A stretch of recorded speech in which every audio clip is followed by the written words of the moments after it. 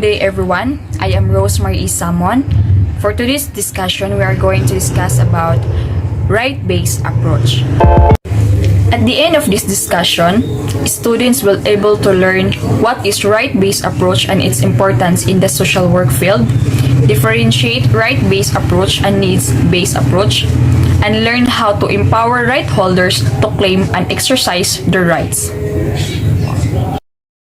For a century, social workers have worked to improve the lives and situations of individuals, families, and communities. Social workers, often acting on behalf of the state's interest, typically intervened according to what they themselves perceive to be deficits in the life and behaviors of persons in need. Right-based social work shifts the focus from human needs to human rights and calls on social workers and the populations they work with to actively participate in the decision-making process of the state so that the state can be better serve the interest of the population. So what is right-based approach? Right-based approach deals not just with outcomes but also with how those outcomes are achieved. It recognizes that people are actors in their own development rather than passive recipients of services. Forming, educating, and empowering them is essential. Their participation is essential not only to ensure they have ownership over the program but also to sustain progress. A rights-based approach develops the capacity of duty bearers to meet their obligations and encourages rights holders to claim their rights. So right-based approach is mao na siyang ginagamit, isa ka approach nga ginagamit sa mga social workers in terms of helping individuals, groups, and communities. Some governments have three levels of obligation. First is to respect, to protect, and fulfill every right. To respect the right means refraining from interfering with the enjoyment of the right. To take active steps to put in place laws, policies, institutions, and procedures, including the allocation of resources to enable people to enjoy their rights. Principles.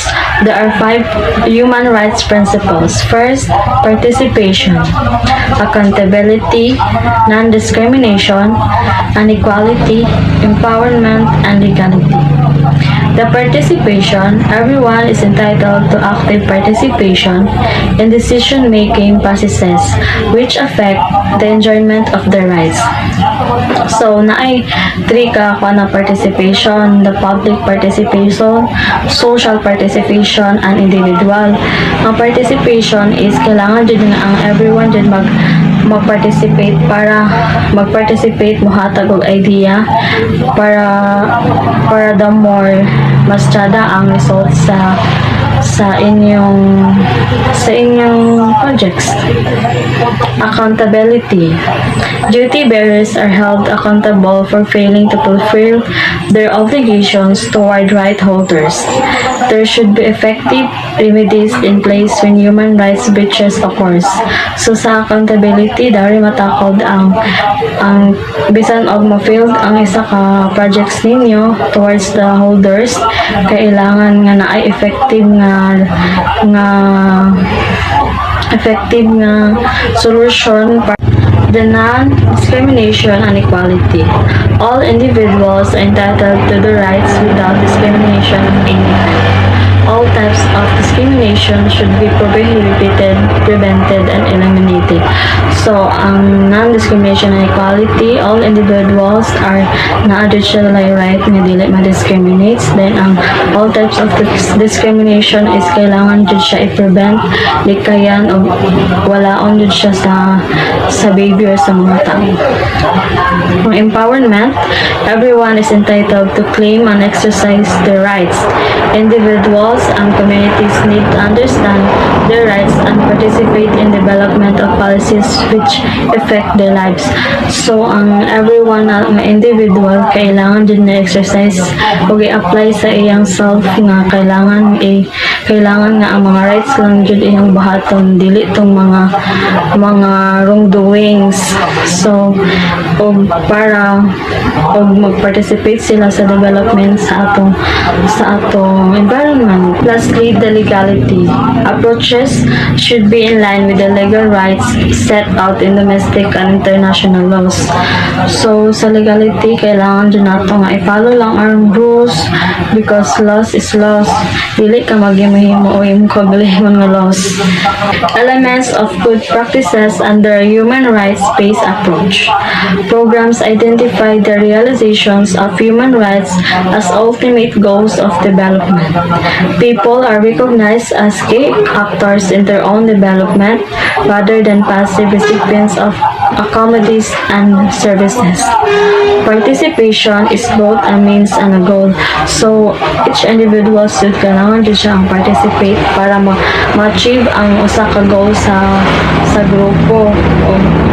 Strategies are empowering and not disempowering. So, kailangan ang strategies ninyo na naka-empowered. Strategies are empowering, not disempowering. Both outcomes and processes are monitored and evaluated. So, kailangan jud siya nga i-monitor at evaluate ang usa ka goal ninyo para lang jud ma-achieve. Both outcomes and processes are monitored and evaluated. So sa inyong organizations, kailangan dyan na siya gina-monitor, gina-evaluate kung galiyok ba ang tanan o ga-process ba siya in a good way. And programs focus on marginalized and excluded groups. The development process is locally owned. Programs aim to reduce disparities and empower those left behind. Ang programs niya, ang gina-focus na is mabawasan itong mga dili empowered o itong mga left behind na kailangan mabilong sila. That programs. Situation analysis is used to identify immediate, underlying and root causes of development problems. Analysis includes all stakeholders, including the capacities of state as the main duty bearer and the role of other non-state actors. Human rights standards guide the formulation of measurable goals, targets, and indicators in programming. So sa human rights, kailangan din siya ma-achieve ninyo inyong goals, inyong targets sa program para sa success o ma-achieve din ninyo inyong target. National accountability systems need to be strengthened with a view to ensure independent review of government performance and access to remedies for aggrieved individuals. Lastly, strategic partnership are developed and sustained. Human Rights-Based Approach or HRBA, this is a conceptual framework which is capable in all development fields. According to UNICEF, Human Rights-Based Approach is development planning. So, ang isang proseso ng human development base sa pinagkasundoang international human rights standards na nagsusulong at nagproprotekta ng karapatang pantao. So, ang layunin ng right-based approach ay ang suriin ang hindi makakapantay-pantay sa lipunan na siya namang pangunahing issue sa ating bansa ngayon. This side is need-based approach and the right side is right-based approach.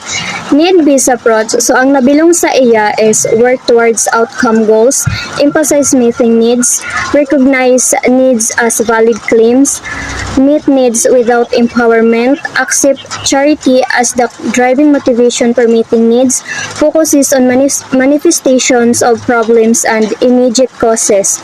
So, ang nabilong po sa right-based approach is work towards outcome and process goal, emphasize realizing rights, recognize that rights can only be realized with empowerment, recognize that rights always imply obligations of the state, state right-charity and insufficient motivation for meeting needs. Right-based approach is all about empowering people to know and claim their rights and increasing the ability and accountability of individual and institution who are responsible for respecting, protecting, and fulfilling rights. This means giving people greater opportunity to participate in shaping the decision that impact on their human rights. It is also means increasing the ability of those responsibility to fulfilling rights to recognize and know how to respect those rights. The difference between need-based approach and right-based approach. Vulnerability is ang need-based approach ani is addressed as a symptom of poverty or marginalization, while ang right-based approach is seen as a structural issue, both caused by leading to unequal power relations in society. Justice in need-based approach increase in justice may be achieved as by a product of meeting needs, but it does not explore the injuries that lead to the deprivation in the first place.